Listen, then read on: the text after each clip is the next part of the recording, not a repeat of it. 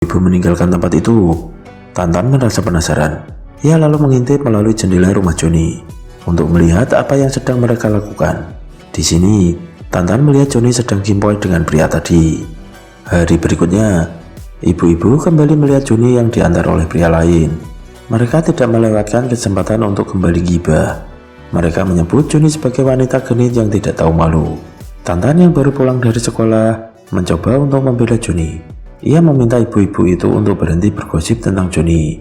Mereka mengatakan kalau Tantan masih terlalu muda untuk memahami urusan orang dewasa. Malam harinya, Tantan baru saja selesai bermain basket bersama teman-temannya. Saat berjalan pulang, ia melewati rumah Joni dan melihat sebuah sepeda motor terparkir di sana. Lagi-lagi, Tantan mengintip ke rumah Joni, dan tentu saja Joni sedang cilik dengan tamunya. Selesai ngetap oli, tamu Joni langsung pulang. Tantan yang canggung mencoba mengetuk pintu rumah Joni. Awalnya ia ragu, namun akhirnya dia memberanikan diri untuk mengetuk pintu Joni. Dan tak disangka, Joni langsung menarik Tantan dan mereka langsung adu mekanik. Namun ternyata itu cuma imajinasi Tantan. Joni langsung bertanya kenapa Tantan ada di sana. Tantan yang cupu tak bisa menjawab. Sambil tersenyum, Joni menyuruh Tantan untuk segera pulang karena sudah larut malam. Keesokan paginya, Tantan mengantarkan makanan pada Joni. Saat itu, mereka melihat gadis SMA bernama Helen sedang lewat di depan rumah. Joni memperhatikan tatapan Tantan pada Helen. Joni pun bilang kalau Tantan dan Helen akan menjadi pasangan yang serasi. Ia juga mengatakan akan mengajari Tantan cara mendekati cewek. Siang harinya, Tantan nongki di warung bersama sahabatnya yang bernama Tasyo.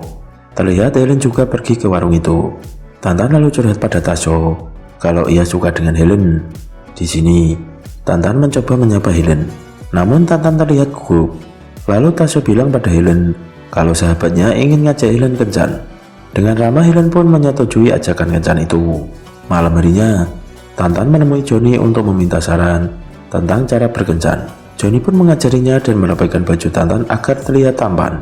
Tantan langsung OTW ke rumah Helen membawa bunga. Di sini, Tantan melihat mobil sedang bergoyang. Saat mengintip, ia melihat Tasyo dan Helen sedang bercocok tanam. Malam berikutnya, Tantan bertemu dengan Tasyo.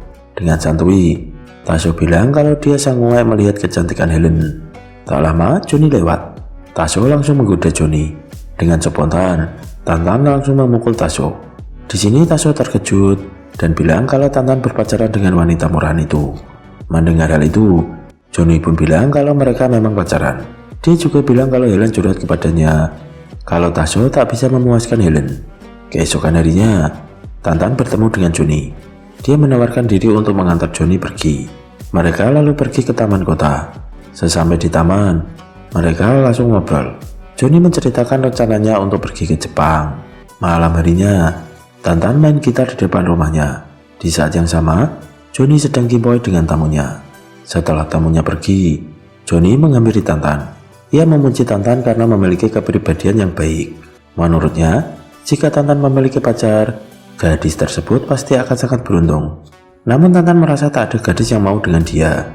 Ia bilang kalau orang yang ia suka tak membalas perasaannya. Joni awalnya mengira kalau Tantan belum bisa melupakan Helen. Namun, Tantan menjelaskan kalau orang yang ia suka bukan Helen. Mendengar pengakuan itu, Joni hanya bisa tersenyum tipis. Ia lalu bilang, mungkin saja orang tersebut juga sebenarnya menyukai Tantan. Hanya saja mereka berada di dunia yang berbeda. Suatu hari, Ibu Tasyo datang sambil marah-marah ke rumah Joni. Ia menuduh Joni telah icilik dengan putranya hingga tertular penyakit. Joni lalu menegaskan kalau Tasyo tak pernah menjadi tamunya. Ia meminta wanita tersebut untuk bertanya langsung pada Helen. Saat itu, Helen yang kebetulan lewat tampak terkejut dan segera berlari menghindar. Malam harinya Joni mulai membereskan barang-barangnya karena ia akan segera pindah. Tantan yang melihatnya merasa penasaran dan memberanikan diri untuk bertanya apakah Joni punya keinginan untuk berhenti menerima tamu. Joni mengatakan kalau ia melakukan semua ini demi mengejar impiannya dan untuk bertahan hidup. Joni punya impian ingin memiliki rumah sendiri. Dia juga bilang kalau semua tamu yang datang cuma bisa mendapatkan tubuhnya, namun mereka tak bisa mendapatkan hatinya. Mendengar penjelasan Joni, Tantan terlihat bersedih karena harus berpisah. Ia pun mencoba meyakinkan Johnny untuk tetap tinggal. Namun Johnny mengatakan bahwa hidupnya tak sesederhana itu. Ia telah mengambil keputusan untuk pergi dan memulai hidup yang baru di tempat lain. Sebelum pergi, Johnny akan mengajari Tantan satu hal lagi. Johnny lalu memutar musik dan mengajak Tantan untuk berdansa. Mereka berdua pun berdansa, hingga akhirnya keduanya larut dalam suasana. Dan pada akhirnya, Johnny dan Tantan adu mekanik. Selesai bercocok tanam, Tantan terbangun dan menyadari kalau Johnny sudah tak ada di sana. Ia bergegas keluar dan mulai mencari Johnny ke terminal bus. Setelah hampir putus asa mencari Johnny, Tantan akhirnya bertemu dengan Johnny. Tantan yang tak ingin berpisah, ingin ikut pergi bersama Johnny. Namun Johnny menolak permintaan tersebut. Ia mengatakan kalau mereka seperti burung dan ikan, bisa saling mencintai, tapi mereka tak bisa hidup bersama. Baginya, Tantan masih memiliki masa depan yang cerah. Ia menyuruh agar Tantan fokus menyelesaikan pendidikannya, mendapatkan pekerjaan, dan menikah dengan wanita yang tepat. Setelah mengatakan itu, Johnny naik bus dan pergi meninggalkan Tantan. Scene lalu kembali ke masa kini. Tantan dan Johnny ngobrol di taman. Johnny cerita kalau rumahnya di Manila sudah selesai dibangun. Kini ia juga memiliki bisnis kecil yang membuatnya bisa hidup lebih layak. Ketika mereka sedang ngobrol, seorang wanita tiba-tiba datang. Wanita itu adalah istri Tantan. Lalu Tantan mengenalkan Johnny pada istrinya. Johnny tersenyum dengan ramah dan menyapa istri Tantan. Namun raut wajah Johnny sedikit berubah. Setelah itu, Johnny pamit untuk pergi. Namun sebelum pergi, Tantan memberikan pelukan terakhir. Tantan mengucapkan terima kasih karena Johnny telah mengajarinya banyak hal. Setelah berpisah, Johnny menerima telepon. Di ujung telepon terdengar suara seorang anak kecil yang memanggilnya Mama. Johnny memanggil anak itu dengan nama Tantan. Dan film pun selesai.